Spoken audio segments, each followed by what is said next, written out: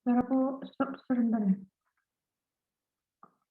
Tapi terlihat tadi ya, share screen-nya? Iya, bisa kelihatan, Mbak. Oke.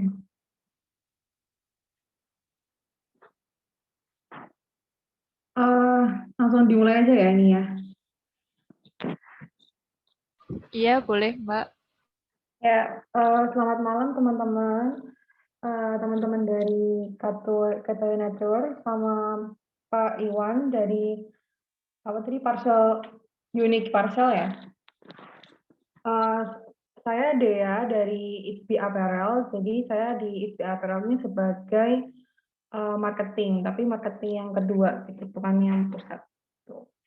Nah, di sini mungkin saya bakal cerita sedikit-sedikit tentang pengalaman ITB waktu awal-awal kita membangun clothing line gitu, atau bisnis kita sekarang. Nah, jadi sekarang itu ITB itu di bawah CV ITB Indonesia Sukses, terus kita membawahi tiga lini bisnis, yaitu yang pertama ini apparel, terus ini fast, studio gitu, terus yang ini clear and good shoes, jadi untuk nyuci sepatu dan tas. Jadi awalnya kita dimulai dengan sebuah mimpi dan tujuan. Jadi pertama kali kita kepikiran untuk membuat clothing line itu berawal dari salah satu teman kita yang dia itu suka banget sama batik. Nah, tapi setiap dia pakai batik itu dia itu dapat sebuah panggilan yang nggak enak gitu ya, mungkin bercanda sih dari teman-temannya, kayak manggilnya itu Pak Lurah, loh Pak dosen kok ikut kelas duduk di sini kok nggak di depan kayak gitu misalnya. Nah, akhirnya dari situ dia ngerasa kok kayaknya kalau aku pakai batik eh, aku jadi kelihatan lebih tua ya gitu, kok aku dipanggilnya tuh Pak gitu ya, padahal dia masih seusia mahasiswa waktu itu gitu. Terus akhirnya waktu itu kita sempat ini ya ngelihat benchmarknya dari AHA Clothing Brand itu kan, AHA kan juga bikin semacam streetwear yang dia itu dipadukan sama batik gitu. Tapi batiknya itu udah dimodifikasi gitu. Nah, tapi sedangkan kalau yang XP itu batiknya itu yang masih benar-benar nature. Jadi kita juga bawa ceritanya batik itu sendiri gitu. Jadi batik itu kan setiap polanya atau setiap motifnya itu ada artinya. Nah, itu kita angkat kayak gitu. Nah, akhirnya muncullah tiga desain ini. Ini tiga desain pertama kita waktu awal-awal.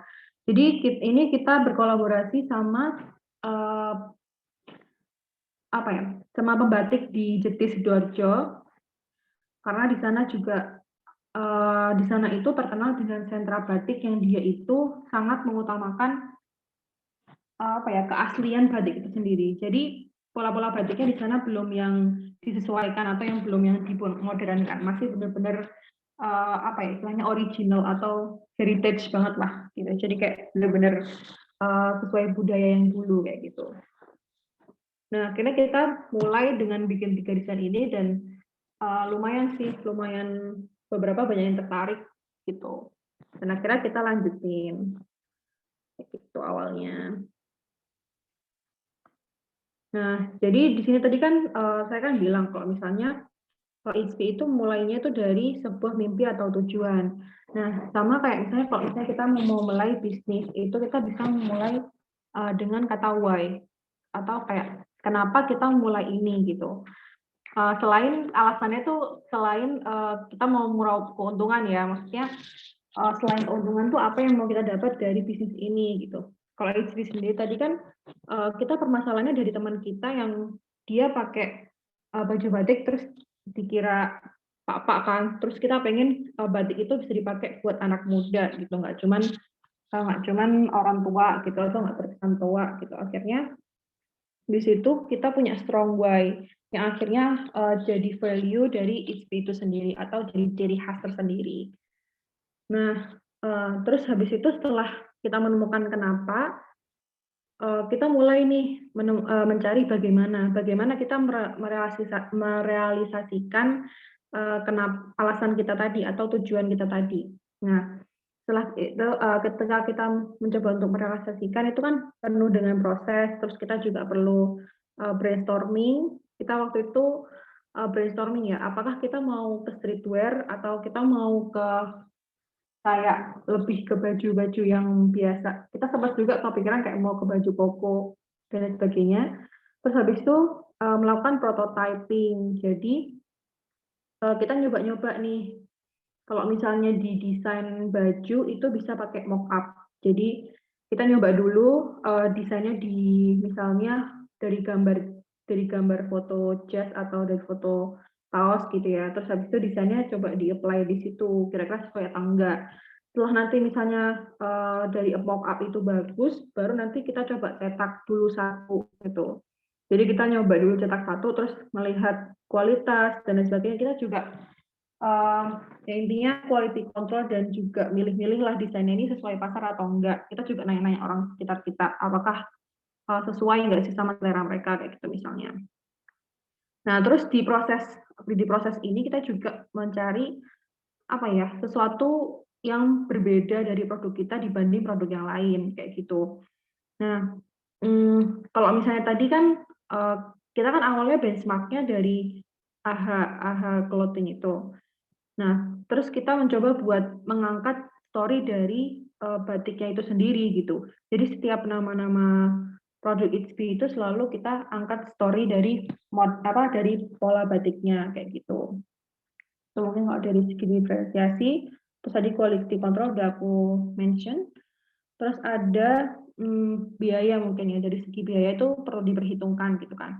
Apakah kita mau produksinya itu dari nol atau mungkin kayak produksinya yang kita produksinya semuanya dari nol, dari mulai bajunya sampai sablonnya dari nol, atau kita mulainya pakai vendor nih. Nah, kalau waktu itu ITSBI budgetnya itu sesuainya tuh kita pakai vendor kayak gitu.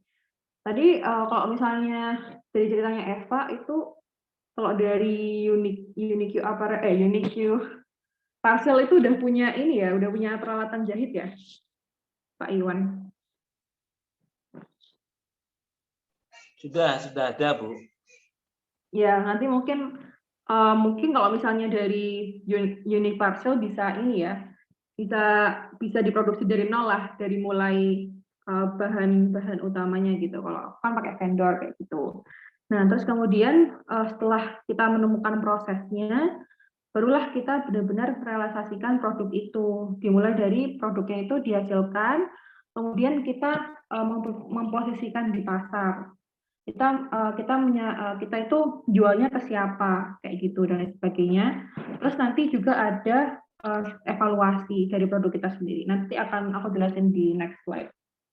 Nah, di sini ada sedikit ini ya, sedikit kata-kata mungkin ya. Kayak membangun brand itu bukan tentang meraup keuntungan sebanyak-banyaknya gitu. Tapi bagaimana value atau kayak tujuan kita, mimpi kita dalam membangun brand itu bisa sampai dan melekat di konsumen kayak gitu. Nah, ini mungkin sedikit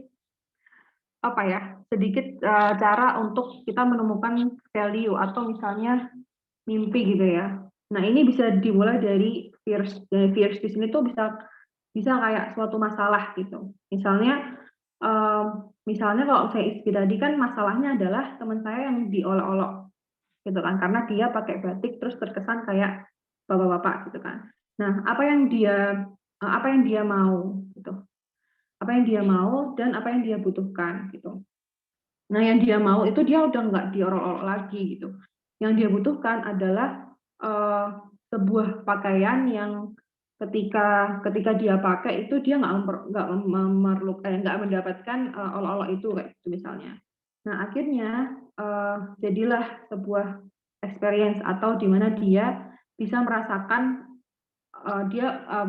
kalau saya pakai baju itu tanpa perlu pakai baju batik tanpa perlu dielokin. Nah, benefitnya akhirnya dia lebih percaya diri sama hobinya, kan kesukaannya dia itu batik gitu. Jadi dia lebih percaya diri buat pakai itu. Dan selain itu kalau fitur tuh lebih ke kayak kenyamanan dan lain-lain gitu. Jadi dia dia nggak cuman dia nggak cuman terrealisasi buat pakai batik tanpa diiloin, tapi juga dia ada kenyamanan waktu pakai batik itu sendiri kayak gitu misalnya. Nah nanti dari universal bisa kayak mungkin nyari masalah dulu awalnya nih, nyari masalah dulu, terus nanti kira-kira tuh permasalahan itu tuh akan selesai tuh dengan seperti apa, dalam keadaan seperti apa, dan membutuhkan keadaan yang seperti apa kayak gitu. Nanti kemudian baru diwujudkan menjadi produk yang mau dibikin kayak gitu. Nah setelah itu misalnya produknya udah jadi nih, terus kan kita jual ke pasaran. Nah kita harus lihat juga nih kita nyasarnya kemana. Kalau misalnya istri tadi kan kita bikin baju batik yang dia itu pola batiknya tetap gitu. Mungkin sebagian orang kalau misalnya ngelihat AHA kan ngelihatnya anunya AHA itu mungkin ada sedikit brand dari ownernya gitu kan. Nah kita kan mungkin nggak terlalu terkenal gitu kan owner kita, jadi kita memposisikan di pasar itu seperti apa. Misalnya kita di sini mengutamakan harga yang lebih murah atau pelayanan yang lebih bagus gitu. Jadi intinya di sini memposisikan itu kurang lebih kayak kita tuh harus seperti apa ketika kita mau menggait konsumen kayak gitu misalnya. Nah, salah satu caranya itu ada banyak. Nanti saya sampaikan di pokoknya di akhir ada. Ya kayak gitu. Nah, terus ini untuk menentukan target konsumen yang mau kita sasar gitu kan. Nah, ini nanti buat apa sih gitu? Ini nanti untuk kita ketika melakukan branding atau kita mengenalkan produk gitu kan. Kita mengenalkan produk, misalnya saya waktu mengenalkan produk ke teman saya yang nggak suka batik, itu jelas mungkin mereka ngelihatnya apa sih mahal gitu. Apa sih batik aja kok kayak gitu. Jadi memang nyasarnya itu ke orang-orang yang suka batik, tertarik batik, atau mungkin tertarik dengan hal-hal yang unik.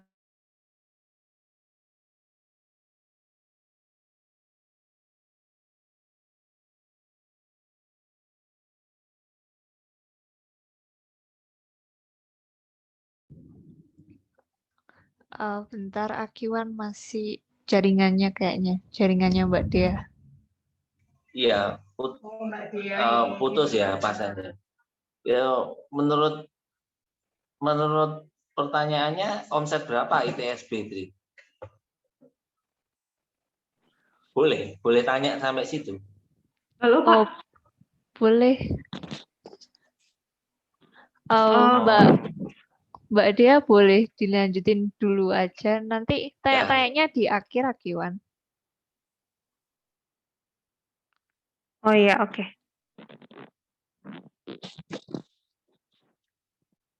Lanjutin dulu ya nih.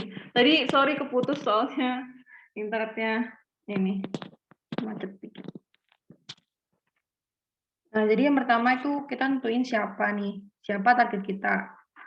Kalau tadi kan mungkin dari siapa ini dari segi usia, kayak apakah pemuda, apakah bapak-bapak atau ibu-ibu gitu misalnya. Terus habis itu apa yang mereka baca, rutinitas mereka, apa yang biasanya mereka pakai gitu. Habis itu kenapa mereka mau membeli produk yang kita bikin, apa yang bikin produk kita itu menarik untuk mereka beli gitu. Nah, kemudian di mana mereka berkumpul, kemudian di mana mereka beli baju, di mana mereka tinggal, dan kemana mereka kalau misalnya traveling atau jalan-jalan gitu. Nah, terus kemudian kapan? Kapan sih mereka beli baju? Terus pada event apa sih mereka butuh bajunya? Apakah waktu Lebaran aja atau ya mungkin 2 minggu sekali mereka beli baju kayak gitu misalnya. Terus bagaimana mereka membeli baju? Jadi waktu mereka beli baju itu gimana sih? Apakah mereka itu suka yang praktis kayak misalnya lewat online atau lebih memilih buat datang langsung dan ngecek bahannya gitu misalnya.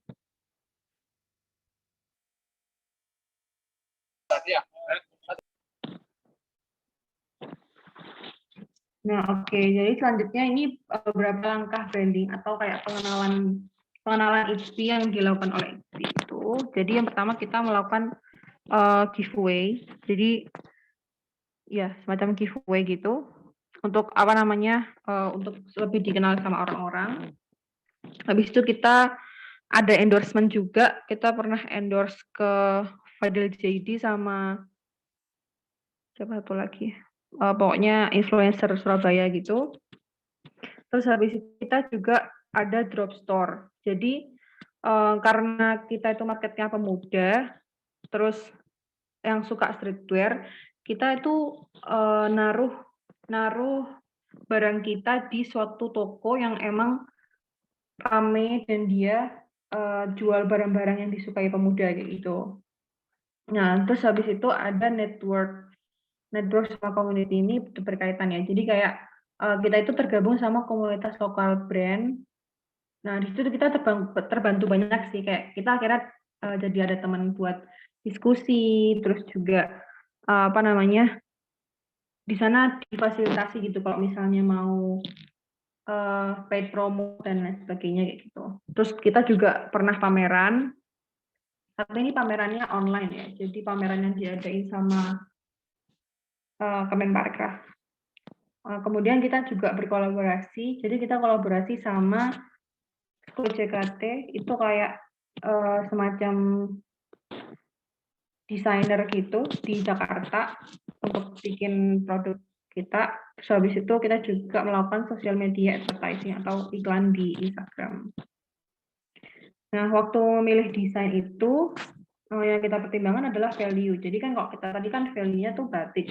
Intinya gimana caranya batik itu bisa diterima pemuda. Nah, kemudian analisis desainnya itu melalui online forum. Jadi kita kan punya komunitas tadi tuh. Nah, kita review desain kita. Nanti kita tanya di forum-forum itu apakah sesuai atau enggak dan sebagainya. Atau mungkin ada saran kayak gitu.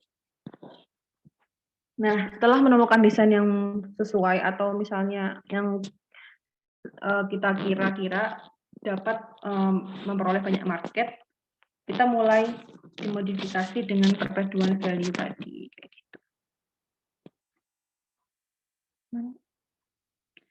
Nah, mungkin ini kayak salah satu contohnya ya, misalnya ini kan jaket coat gitu kan, coat berkerah gitu. Di sini ada berbagai macam coat gitu. Di sini ada yang coatnya itu kayak gini, terus nanti dimodifikasi lagi, misalnya yang warnanya jadi gradasi gini, atau ini yang lengannya diginiin. Terus ini yang kanan sama kiri warnanya jadi beda. Terus ini kerahnya dikasih bulu misalnya kayak gitu. Ini mau saya kelihatan ya atau enggak?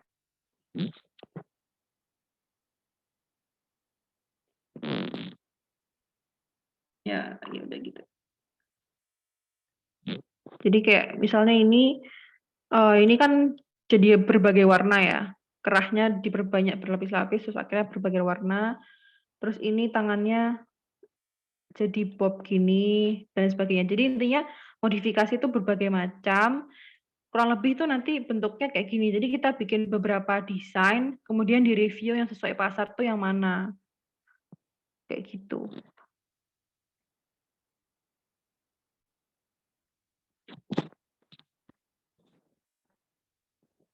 Nah, kurang lebih udah sih. Mungkin kalau misalnya dari Pak Iwan atau teman-teman ada yang mau tanya.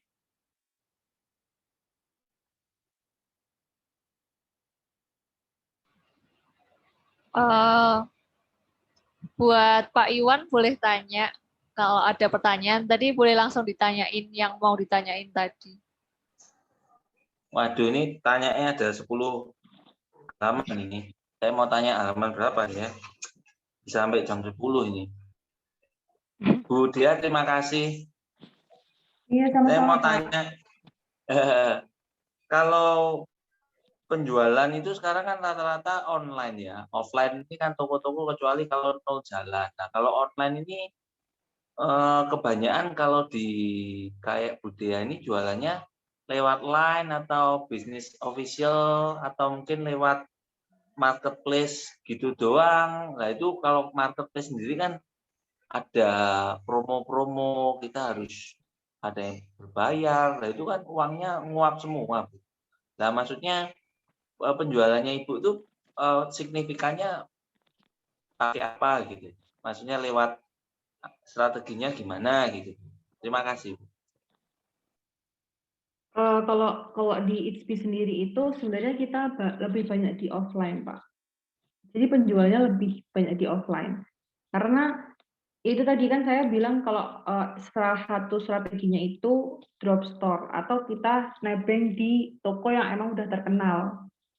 Jadi dari toko itu akhirnya orang-orang kenal tuh kita, oh ada brand ITSP gitu. Terus akhirnya mulai beli perlahan. Nah, tapi tokonya ini juga itu dia dia punya produk yang emang di-endorse-kan ke artis-artis. Jadi kita kayak ada kena apa ya, kecipratan keuntungan gitulah Pak, bisa dibilang.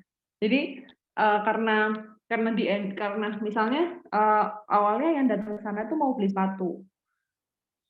Karena habis di-endorse dari artis kan, artisnya endorse sepatu, terus nanti ada orang mau beli sepatu itu. Nah, tapi ngelihat kaos ITSP terus akhirnya tertarik, akhirnya mereka ikut beli sepatu dan baju gitu misalnya. Jadi itu sih mungkin strateginya kalau misalnya mau online itu kita lewat Shopee biasanya Pak. Tapi kita Shopee biasa sih, nggak banyak banget, lebih banyak di yang nitip di toko itu. Gitu Pak Karol. Kemudian kalau misalnya endorse, giveaway gitu ya, itu memang signifikan efek terhadap market penjualannya langsung atau harus lama gitu? Maksudnya kalau diomong misalnya Bu, kita mulai endorse ini misalnya 10 juta, nah itu memang bisa dapat rebate-nya 10 jutanya itu sehari atau langsung sebulan atau mungkin 2 bulan atau lama atau memang langsung real effect gitu Bu ya. Terima kasih. Jadi kalau itu tuh tergantung Pak. Jadi tergantung produk kita itu apakah endorse-nya itu udah ke tempat yang sesuai. Jadi apa namanya, kalau misalnya di ISP sendiri kita memang waktu itu kita testing dulu. Jadi kita testing dulu mana tempat endorse yang pas gitu. Nah, terus habis itu setelah nyoba-nyoba beberapa kali, waktu kita nyoba Fadil JD itu sebenarnya apa ya? Sebenarnya mungkin nggak full ininya, apa namanya, nggak full payback-nya gitu. Tapi apa ya? Ada keuntungan lain gitu Pak. Kayak misalnya kaos kita tuh dipakai di vlognya Fadil JD gitu-gitu. Jadi orang akhirnya lebih aware gitu, aware dulu. Jadi mungkin kalau misalnya mau endorse dan sebagainya itu kita perlu strategi kayak setelah endorse itu apa? Kayak apa ya, ada langkah selanjutnya gitu loh Pak. Emang nggak bisa payback emang nggak bisa balik modal langsung gitu. Cuman memang ada strategi lain. Jadi kalau misalnya mau endorse, jangan uangnya iklan itu cuma dipakai endorse aja, tapi juga ada dialihin ke yang lain, kayak misalnya kolaborasi sama apa misalnya gitu, atau kayak misalnya apa tadi yang join komunitas itu kan juga membantu, karena komunitas itu kan apa ya, komunitas itu kan besar dan mereka bisa saling membantu satu sama lain gitu. Dan biasanya kalau misalnya komunitas itu kan, kalau misalnya di sendiri komunitasnya itu punya Instagram. Nah, yang followersnya komunitas itu sendiri kan juga termasuk target pasar kita gitu Pak. Jadi ya lumayan terbantu juga dari situ kayak gitu. Jadi intinya setiap apa ya,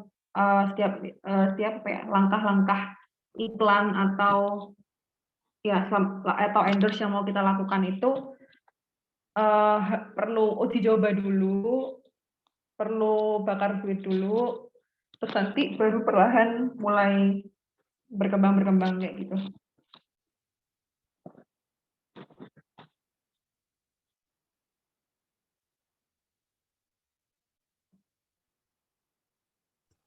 Baru poin ketiga Bu ya. Masih 10 ini. Iya. Gimana? Kalau kayak saya, Bu, mohon maaf, ini secara kreativitas kan memang sudah agak senior ya, maksudnya secara enggak terlampau milenial gitu ya di umuran saya. Itu kalau saya hubungkan dengan produksi saya yang maksudnya untuk sudah di tas ya Bu ya, ada saran dari Bu Dea tuh untuk masuk pasarnya di clothing ini kelas mana yang maksudnya ada potensi signifikan untuk omset Bu sebenarnya, bukan maksudnya bukan cari yang ada line khusus, maksudnya khusus nembak, tapi maksudnya yang grosirannya paling banyak gitu menurut pengalamannya Ibu di survei waktu awal menentukan visi mimpinya tadi itu kan pasti sudah tahu sebenarnya kepingin mana. Cuma kan sambil jalan survei, sambil jalan kan pasti ada ketemu sebenarnya pangsa terbesarnya inilah, itu ilmunya maksudnya untuk dihubungkan dengan saya di toko ini apa yang bisa disarankan ya Bu? Bulat nggak ya Bu ya? Jadi mungkin tadi maksudnya Bapak itu gimana caranya biar dapat pembeli yang banyak gitu. Terus gimana mungkin modelnya yang kayak gimana gitu kan ya Pak? Karena kan Bapak mikirnya kalau Bapak tuh bingung sama selera yang banyak diminati sekarang. Sebenarnya kalau misalnya mau melihat selera itu Bapak bisa cek di ini ya, kayak misalnya di Shopee gitu, ngelihat itu yang lagi tren apa gitu di Shopee. Yang lagi banyak dibeli apa, modelnya kayak gimana. Nah itu nanti Bapak bisa lihat, terus nanti Bapak modifikasi dikit gitu. Jadi nanti disesuaikan sama marketnya Bapak sendiri. Kan Bapak kayaknya maunya ibu-ibu gitu ya. Kayak atau simple juga tuh bisa kayak gini. Endorse apa ya? Misalnya ada sebuah influencer yang endorse. Terus waktu endorse itu Bapak cek IG-nya, perkembangan Instagram dari model-model yang dari desain yang dianuin sama influencer itu gitu. Nah ternyata setelah diamati sebulan kok dampaknya, ternyata desain ini tuh nggak terlalu diminati sekarang kayak gitu. Mungkin salah satunya ya. Kalau misalnya mau ngelihat kira-kira trennya kayak gimana itu kurang lebih kayak gitu sih Pak. Nah tapi tergantung juga tuh Bapak misalnya maunya nyasarnya yang Surabaya. Misalnya maunya pembelinya dari Surabaya atau kayak gimana. Nah, itu berarti nanti mungkin bisa dilihat dari apa ya? Ya influencer-influencer yang Surabaya gitu sih. Atau dilihat orang sekitar kita mau banyaknya pakai gimana. Itu sih. Jadi kalau misalnya di ITB sendiri kita ngikutin influencer-influencer yang juga ya mungkin bisa dibilang se-value sama prinsip kita ya Pak. Kayak misalnya dia itu sangat mengutamakan produk lokal atau juga dia itu suka pakai batik dan lain sebagainya. Nah, dia tuh pakai batiknya seperti apa? Batiknya itu dibentuknya kayak gimana modelnya. Nah, itu kita akhirnya kita comot-comot tuh desain inspirasinya dari situ salah satunya. Gitu. Gitu mungkin, Pak. Terus gini Bu, kalau selama ini yang ISBI mungkin ada enggak perkembangan kelanjutan dari ide? Kalau saya lihat IG-nya itu kan memang pangsanya itu kan remaja Bu ya, mungkin sampai anak muda lah gitu ya. Mungkin apakah settle tetap di sana ataukah sebenarnya dulu pernah mencoba misalnya ke bapak-bapak, ke anak-anak, atau mungkin ke kaos-kaos funky gitu ya, kakek-kakek funky gitu, ataukah memang tetap lock di anak muda gitu? Ya, kita lebih ke anak muda sih, Pak. Jadi paling tua itu sekitar usia 35. Jadi ya yang dipangsa memang usia-usia segitu gitu. Jadi Dan itu aja sebenarnya udah bervariasi. Kayak misalnya anak muda, ada yang dia lebih cenderung buat sukanya tuh kaos yang polos misalnya. Kalau misalnya SD kan ada polanya kayak gitu misalnya.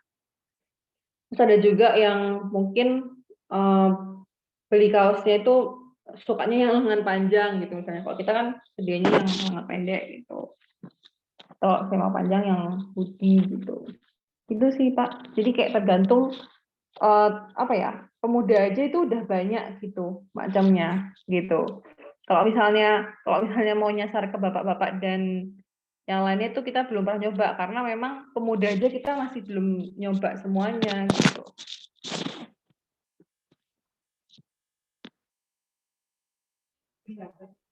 Kenapa kok bisnisnya tuh ke baju ya Bu? Maksudnya kok menentukannya untuk nembak segmennya anak muda sudah jelas. Tapi kok baju gitu ya? Kok enggak ada sama celananya atau mungkin ada hijabnya itu di batik terus atau kenapa kok lock di baju gitu Bu? Keputusannya itu Bu gimana? Makasih. Oh iya. Jadi sejauh ini sebenarnya mungkin Bapak bisa lihat ini ya Pak. Jadi ada namanya Google Trend. Coba saya bukain deh.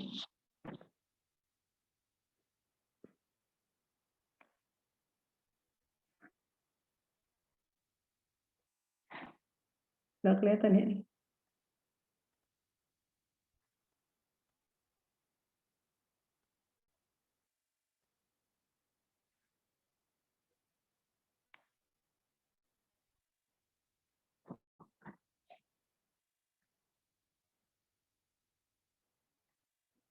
Jadi ini salah satu alat yang kita pakai buat menentukan kita mau dominannya gimana dulu.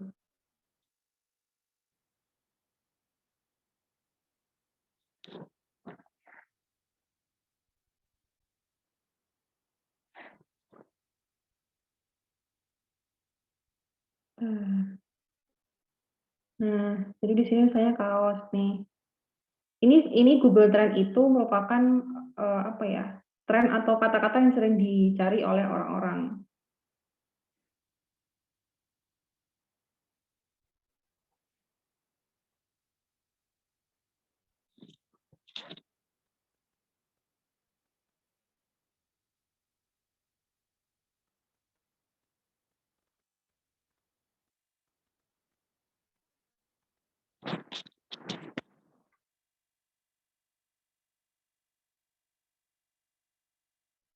Nah, saya kayak gini ya Pak, kayak rata-rata tuh kalau misalnya di ini kan di East Java, jadi di Jawa Timur, rata-rata tuh kebanyakan orang lebih cenderung untuk mencari kaos gitu daripada celana. Tapi ini tergantung ini juga sih, ini ada celana ya Pak. Tapi rata-rata dalam setahun itu orang lebih sering untuk cari cari kaos gitu. Itu mungkin Pak untuk pertimbangannya. Dan juga kalau misalnya celana tuh kita belum sebenarnya belum kepikiran banget untuk ke sana. Kita masih ke kaos karena pertimbangannya ini tadi sih Pak, karena lebih banyak kaos dan kalau celana kita mungkin desainnya belum nemu yang tepat gitu.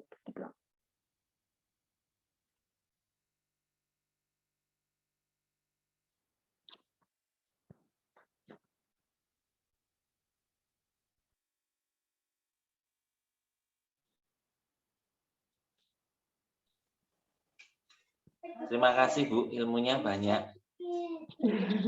Masih malam minggu dulu, baru Senin nanti dipikir lagi. Iya, nggak apa-apa Pak, semangat Pak. Saya terima kasih banyak. Iya, sama-sama. Dari Pak Iwan udah nggak ada pertanyaan lagi. Mestinya ya banyak, jadi boleh nanti ada sesi kedua, sesi ketiga boleh. Cuma ujung-ujungnya selalu nanti tanyanya ya profit, potensial pasar kan, maksudnya making business kan. Jadi kalau mau misalnya kayak di waralaba gitu, apakah dimungkinkan? Karena kan hampir nggak pernah ya saya lihat kalau misalnya food gitu kan banyak, minuman gitu kan cukup banyak lah. Apakah kaos itu mungkin ada survei gitu atau sudah ada yang sampai waralaba terus. Nah itu kan jadi pertanyaannya bisnis clothing line-nya tuh kan harus goalnya selalu making profit gitu lah. Lah angka-angkanya ini kan kalau bikin segmen yang makin spesifik orangnya kena tapi kan profitnya semakin gitu lah. Sebenarnya makanya itu cuma ya nanti melebar lah. Gitu. Iya. Itu Bu Adriani.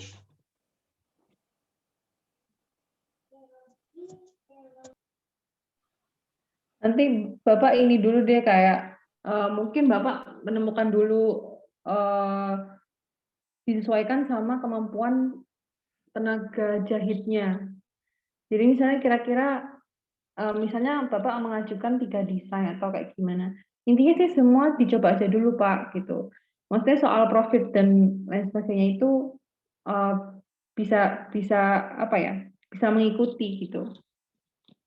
Gitu sih. Atau kalau misalnya Bapak pengen yang order langsung banyak itu mungkin lebih ke merchandise aja sih Pak. Kayak misalnya konveksi apa ya? Konveksi buat bikin jaket organisasi. Itu kan desainnya udah dari mereka terus Bapak tinggal bikin kayak gitu. Itu kan ordernya juga banyak kayak gitu. Atau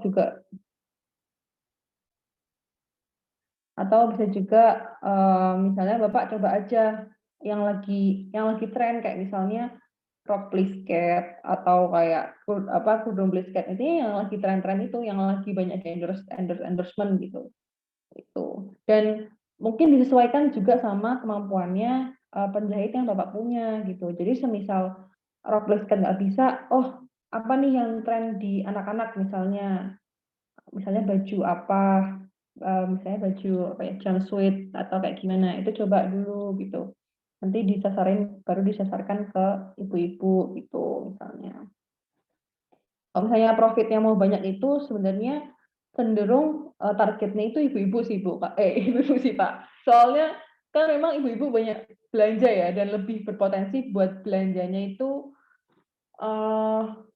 nggak mikir-mikir dulu gitu. Jadi ya asal bagus dan murah atau kayak banyak promo gitu kayak gitu. Sebenarnya kalau misalnya mau tertarik tuh ada banyak mau menarik konsumen tuh ada banyak cara kayak misalnya sering bikin promo atau misalnya bundling atau beli 2 gratis 1 misalnya atau beli 2 baju gratis bando misalnya atau apa dan lain sebagainya. Itu bisa Bapak coba-coba nanti. Kalau saya Bapak mau coba pakai Google Trend misalnya kalau tadi kan saya nyarinya kaos doang. Bapak coba cari baju bayi atau apa, itu bisa dicek lah trennya yang sekarang tuh apa. Gitu. Kurang lebih gitu Pak. Ya, semoga sukses Pak. Terima kasih Bu. Langsung penuh kepalanya Bu. Pengen lebih muda lagi 20 tahun. Nggak apa-apa Pak, yang penting jiwanya masih bisa. Nanti dicoba aja dulu pokoknya Pak, jangan takut gagal gitu. Karena bisa aja gagalnya sebulan tapi berhasilnya bertahun-tahun gitu. Ya, semangat Pak. Iya, ini ya. Tadi aku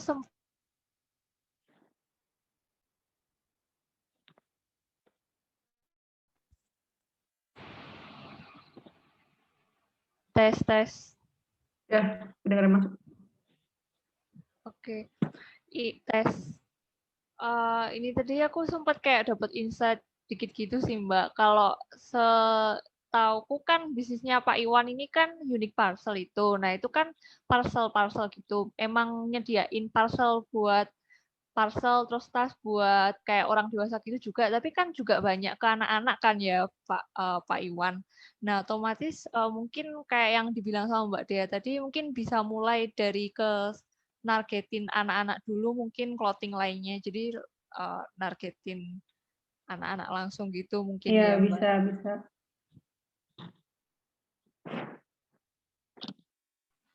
Soal Google Trend juga nanti itu ini aja Pak Iwan, kalau yang Google Trend mungkin dari Kato Nature nanti usahain kayak bikinin sedikit tutorial gitu ya, kalau yang tentang Google Trend itu.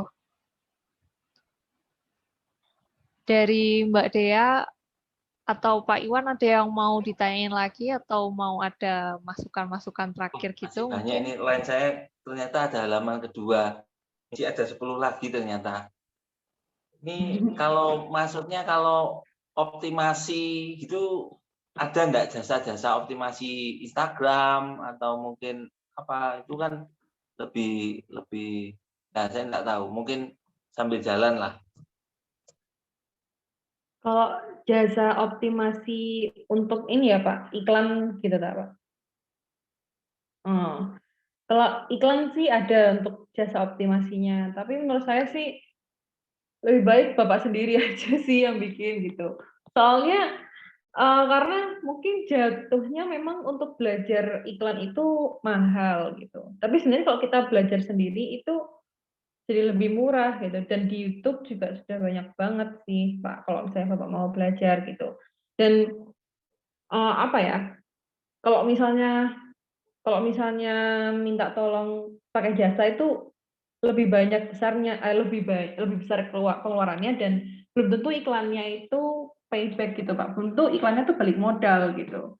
Jadi kan daripada kita bayar orang terus belum tentu balik modal kan lebih baik kita nyobanya kita sendiri terus nanti kita tahu salahnya di mana dan kita bisa perbaiki kayak gitu. Dan cara apa ya, cara pengiklanan dan promosi itu kan ada banyak cara Pak. Jadi apa namanya, selain iklan tuh mungkin kita bukan tempatnya di iklan gitu misalnya, atau apa namanya, kita cenderung lebih ke kolaborasi atau kayak gimana gitu kan, bisa jadi kayak gitu. Jadi menurut saya sih kalau misalnya pakai jasa itu nanti cenderung si jasanya juga bakal mungkin sedikit memanfaatkan Bapak gitu loh, kayak biar pakai jasanya mereka terus gitu kan, tanpa kayak mengevaluasi negatifnya dari iklan yang udah mereka lakukan gitu. Kalau saran saya sih Bapak coba sendiri aja dulu gitu, karena sebenarnya nggak susah sih buat iklan itu gitu.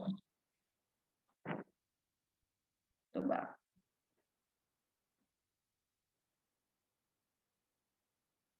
Kalau misalnya emang mau iklan, mungkin kalau misalnya yang lebih bagus menurut saya ya Pak, itu lebih ke marketplace, kayak misalnya di Shopee atau Tokopedia. Karena Shopee sama Tokopedia itu kalau iklan itu lebih tepat gitu sasarannya. Karena kan mereka fokusnya memang untuk belanja gitu kan. Kalau misalnya di Instagram itu mungkin ya tepat juga, apa mungkin bisa dibilang nggak salah juga kalau misalnya tepat gitu kan. Tapi beberapa orang mungkin ada potensi buat annoying atau kayak nggak suka dan sebagainya gitu. Kalau misalnya di Shopee kan iklannya itu muncul ketika orang itu searching misalnya baju bayi gitu.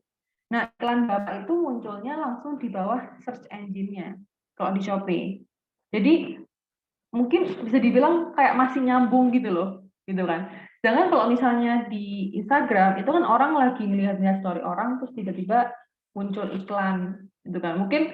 Mungkin orang itu memang butuh, tapi tujuan dia waktu buka Instagram itu bukan buat nyari barang gitu loh ya, cuma buat refreshing aja. Jadi mungkin ada sebuah distraksi yang lebih besar kalau misalnya di Instagram. Menurut saya sih lebih anu juga di Shopee. Terus di Shopee juga itu ada program toko. Jadi kayak misalnya kalau Bapak mencapai penjualan tertentu, jadi di Shopee itu ada challenge-nya gitu Pak untuk toko.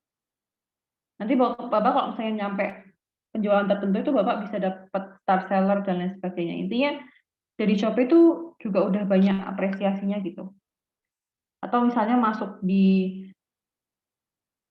apa yang flash sale gitu, itu kan lebih kelihatan juga kan, langsung di waktu buka aplikasinya langsung muncul gitu kan flash sale, itu bisa juga di situ sih Pak. Mungkin saran saya kalau misalnya mau iklan itu lebih ngefeknya di marketplace.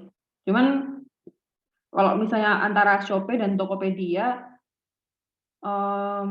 saran saya lebih ke Tokopedia Pak. Soalnya Tokopedia itu persaingan harganya belum terlalu tinggi daripada Shopee.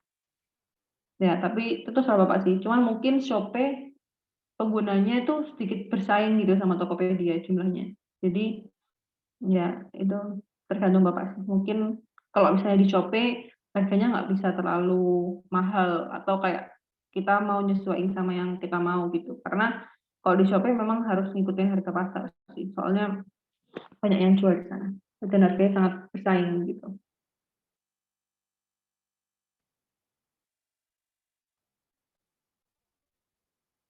Ya, mungkin ada lagi Pak.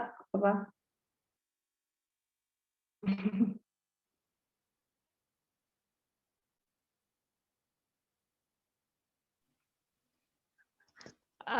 Oke, ini berarti udah dicukupkan ya mungkin buat malam ini. Dari Pak Iwan juga udah cukup. Ya, sebelumnya mau foto bareng dulu ya, Mbak sama Pak Oh Iwan. iya, boleh. Aji, Baskoro Aji bisa on cam nggak, Aji? Halo, Aji. Oke, kayaknya belum bisa on cam. Langsung aja ya. Andin fotoin ya.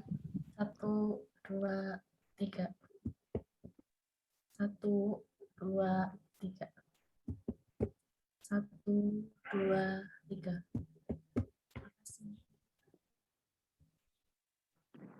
Oke, makasih. Makasih Andin. Makasih ya buat Mbak Dea buat hari ini. Hari ini keren banget sih Mbak. Kayak nggak cuma Pak Iwan aja, tapi dari kita juga yang mahasiswa semester 4 ini dapat banyak insight tentang bisnis, apalagi di clothing line juga ya Mbak. Makasih buat ilmunya, makasih buat waktunya. Nanti mungkin kalau Pak Iwan mau tanya-tanya dikit gitu, mungkin boleh lewat dari kami gitu ya Ya, Mbak. boleh. Atau langsung ke DM di Instagram IXP juga nggak apa-apa sih. Oh iya boleh. Oke, makasih Mbak, makasih juga Pak Iwan. Halo Eva.